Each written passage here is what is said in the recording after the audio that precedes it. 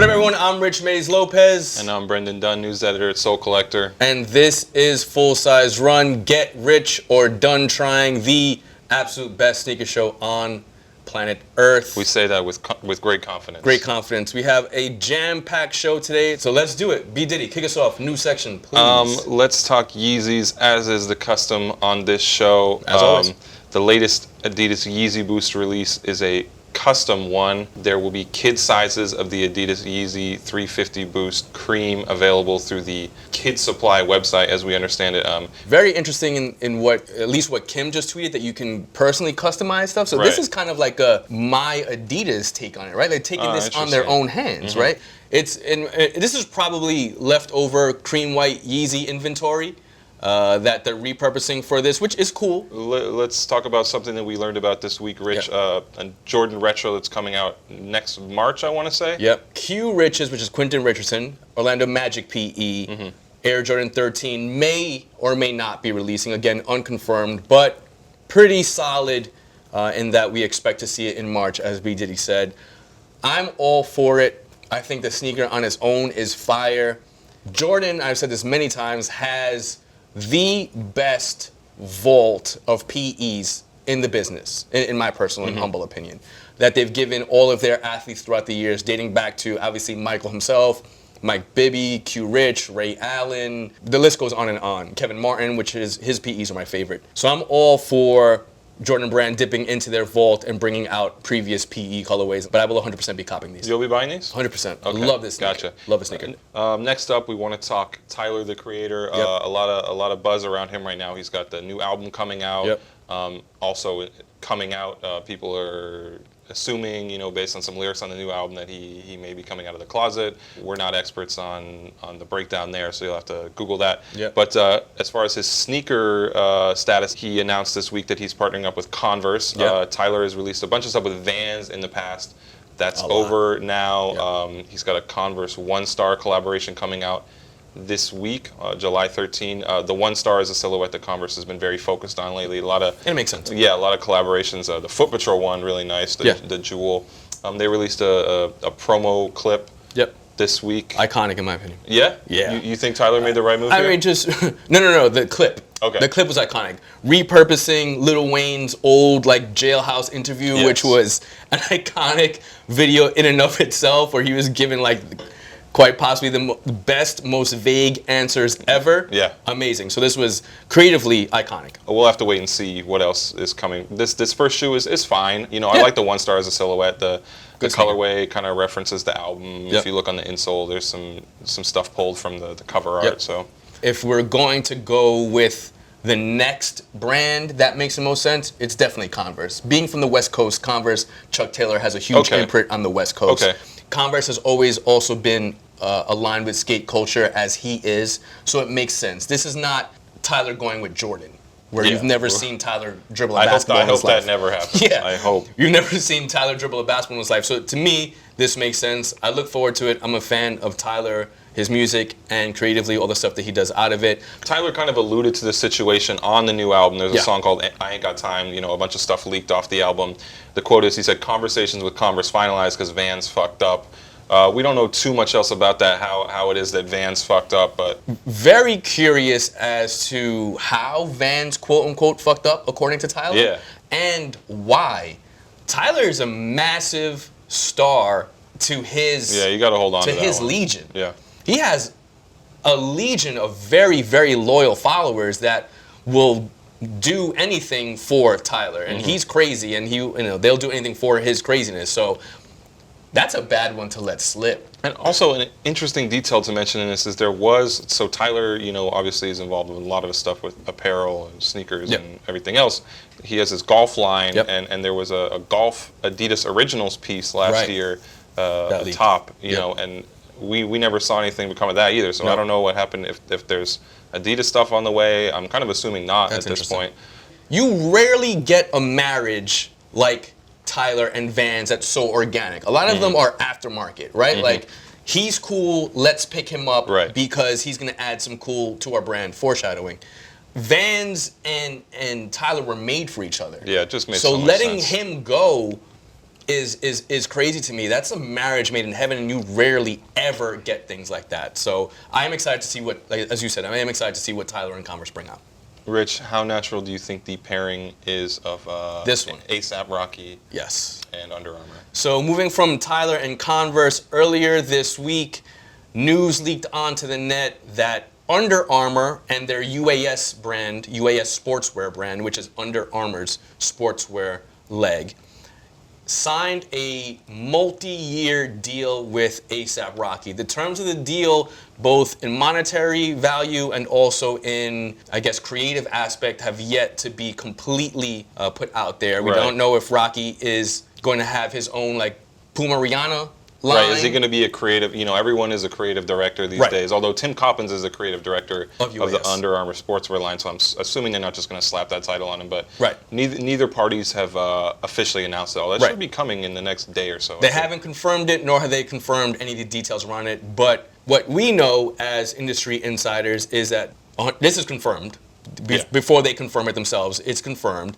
This has been in the works for a while now. We heard about this a year ago. There was a meeting that happened between the two parties. Yes. And low key, Rocky was at one of Under Armour's Fashion Week shows, which is not a place where you would normally see Rocky. You would normally see him at Raf Simons, Balmain, things like of that level. Yeah, there was some little hints along the way that something was in the works. Him being there was a giveaway. Answering your question, how natural is this? Very, very unnatural. It's not to say it's bad. That's not saying it's bad, but it's very unnatural. This is going to be hard for Rocky. It's tough for both because so often when you get these campaigns or these partnerships where you bring a rapper on board, the easy thing to do, because so many of these brands have retro product. That you can say, I used to wear these when I was growing up, or you can pretend, as it may have been the case with things like Kendrick Lamar and Reebok, who are no longer together. Where he was saying, oh yeah, I was wearing Reebok classics all the time, wearing up, which I want to know. Yeah, I need fact check that. I need receipts on that one. So a lot of times it's like, oh yeah, I remember wearing this brand when I was growing up, but no one's buying. No one's buying that. First of all, when Rocky was growing up, there were no Under Armour sneakers. Under Armour hasn't been wearing sneakers that long, so it's completely new territory for him, for the brand. I mean, this kind of partnership really, they've never been in this space before. Under Armour sportswear is a new thing. As I mentioned just now, they're still young in the sneaker space. This is closer to Puma and Rihanna because they didn't force a I Remember When story. Right. But Rihanna had a huge vault of classic Pumas to pick from. Rocky doesn't even have that. Right. So there's no cachet to kind of build on. He just has to. It's from the ground up. He just has to work with the talent that Under Armour has with Tim Coppens, which I assume he's familiar with Tim Coppens' work since he's so in the fashion lane. But the target demographics for UA are split on two different poles, and Rocky is trying to reach the one in the middle. So you have the older crowd that rocks UA, and then the teens, like 12, 13-year-old, lax bros in the making, and young baseball players, so on and so forth. Young lax larvae. Juniors. Rocky is now tasked with reaching like the 17 to 25-year-old sportswear, lifestyle, streetwear Instagram influencer. Listen, I wish Rocky the best of luck. Huge fan of Rocky. We've spoken about Rocky many times. Yeah, and it's kind of interesting to see the way this collective has infiltrated the industry. You have Rocky with Under Armour now. Obviously, he was with Adidas previously. You have ASAP Ferg still putting out Adidas projects. He has a couple more sneakers coming soon. And you have Bari kind of running the show with all his Nike Lab stuff, the Air Force Ones. He just got a bunch more Air Force Ones. And Vandals. Vandals. Are you feeling those? No. Are you a Vandal guy in general? Oh, yeah, absolutely. But that one doesn't do it for you? Not for me. All right. Do you think he can do it? What's your gut reaction? Can Rocky make UAS cool? I think he can make noise. I think he can help make them cool. I think that they need the right designs to make them cool. A cosign is not going to do it. Does UA need this? UA is doing a fantastic job in capturing the people that they speak to on both sides, right? I guess they feel like in 2017 they won't, or in the future, they won't get past those two groups. Criticism that's always leveled at Under Armour is it's so performance-based. I think that, we're in the sportswear era of athleisure when everyone wants to talk about athleisure, and there's so much money to be made there in this casual or lifestyle space that Under Armour certainly is kind of in now, but not enough. But low key, they are actually killing it in performance with their roster of athletes. They have Steph Curry, 2-time world champion. They have Jordan Spieth, multiple Open champion. They have Tom Brady, multiple NFL champion. They just signed The Rock. Like, they are killing it in that space. Yeah. The fact that they're potentially throwing so much money at Rocky to get into the lifestyle space, I guess, is my question. Isn't necessary when they're killing every other space. I understand your point. It's a tough pill for me to swallow. We would be remiss if we didn't mention, as Matt Welty did in the comments, Migos, who told me very earnestly on a phone interview that they love Under Armour. Yeah. As they were being paid to do a commercial for them. So let it go on the record that Migos loves Under Armour. Yeah. Very genuinely. Yes, and it's a movement. Yeah. That brings us to our Copper Drop segment. In our Copper Drop segment this week, we are looking at several of the key releases that are dropping this week or this weekend and letting y'all know which ones we would hypothetically cop. Right. Brendan, your cop. My cop this week is the multicolor 3.0 Adidas Ultra Boost. Great sneaker. We've seen so many multicolored knit shoes between Adidas and Nike, Yeah. and it's kind of played out at this point, but I think this is a great execution and another win for the Ultra Boost, which is kind of losing some steam in my opinion.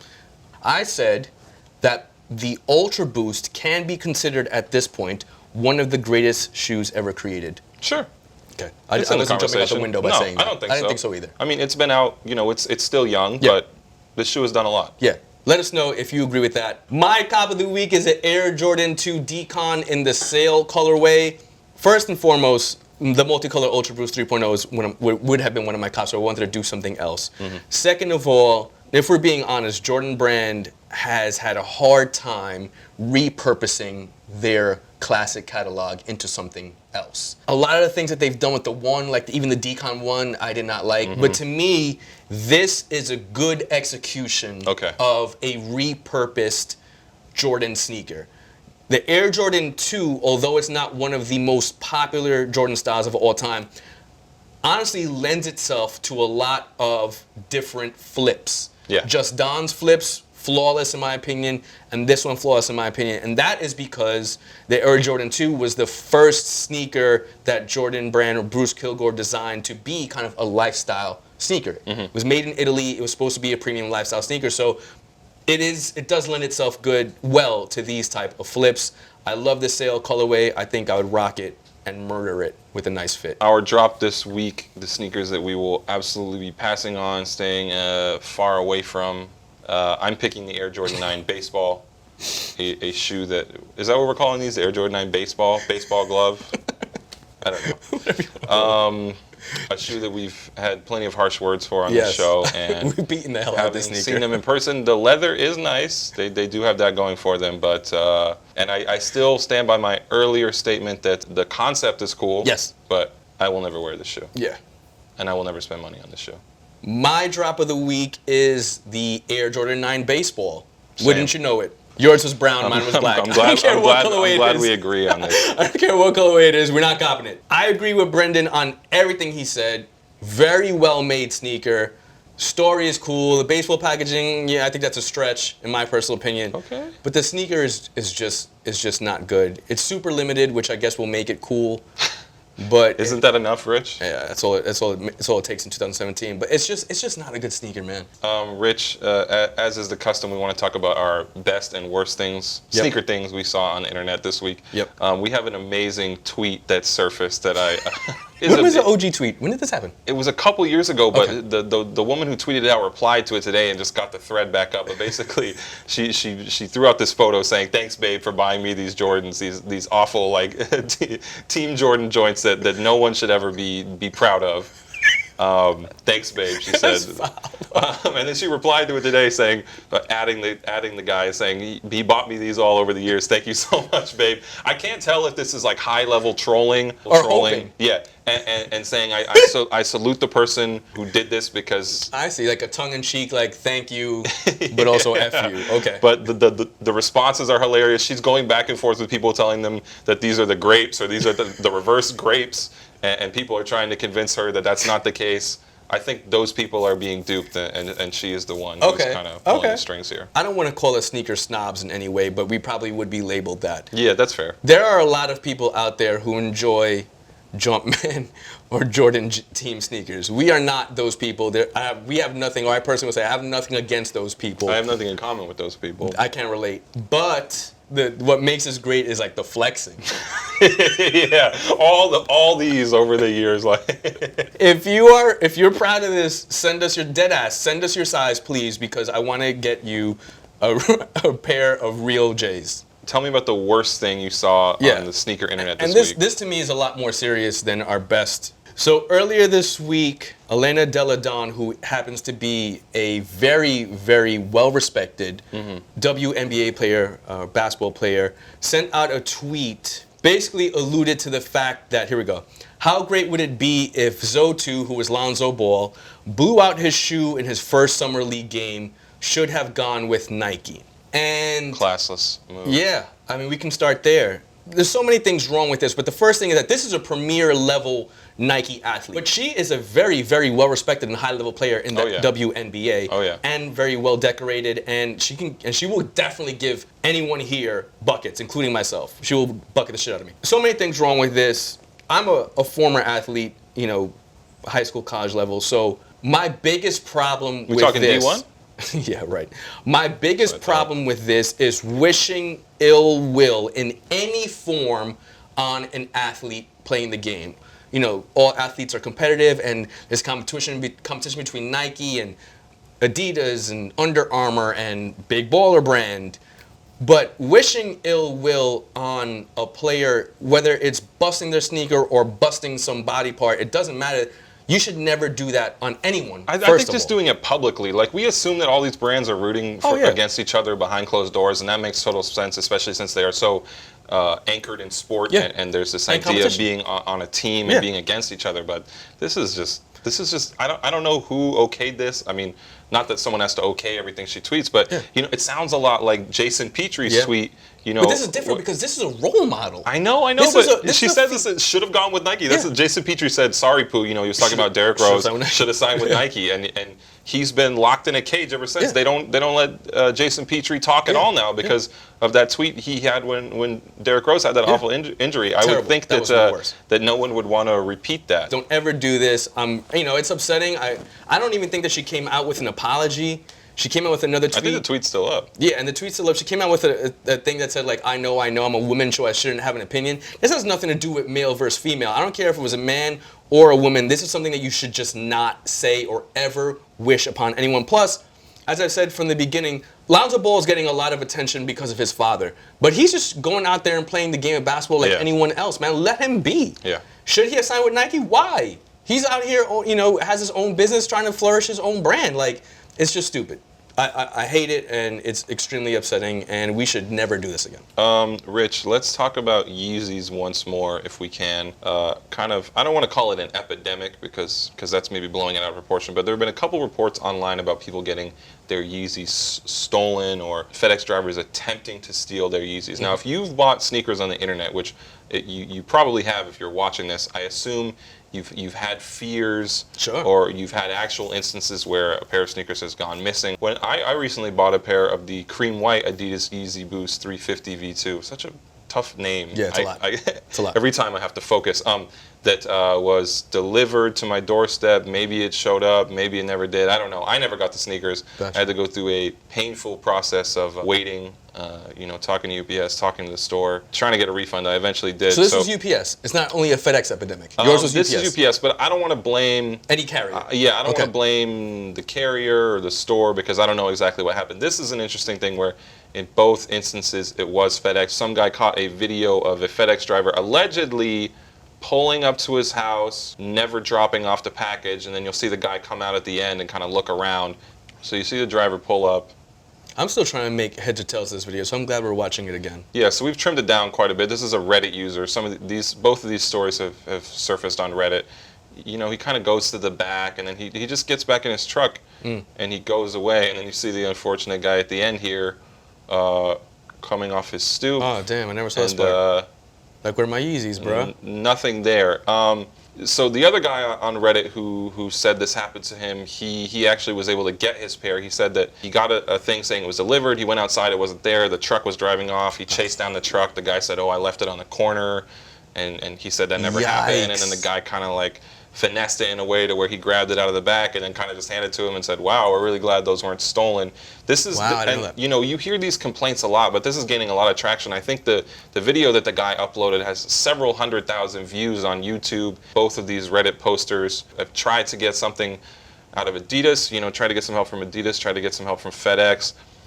Not a lot of progress there. There's even a change.org petition because the big complaint that people have is that apparently when you buy stuff from adidas.com, I guess they print the style code on the box somewhere, or a sticker or something like that, so anyone who sees that it's a package from Adidas could easily look at that and Google that and realize what's in the package. So the allegation is that these FedEx drivers are seeing this is from Adidas, looking real quick, realizing it's a pair of Yeezys, and saying, I'm going to keep these. I purchased the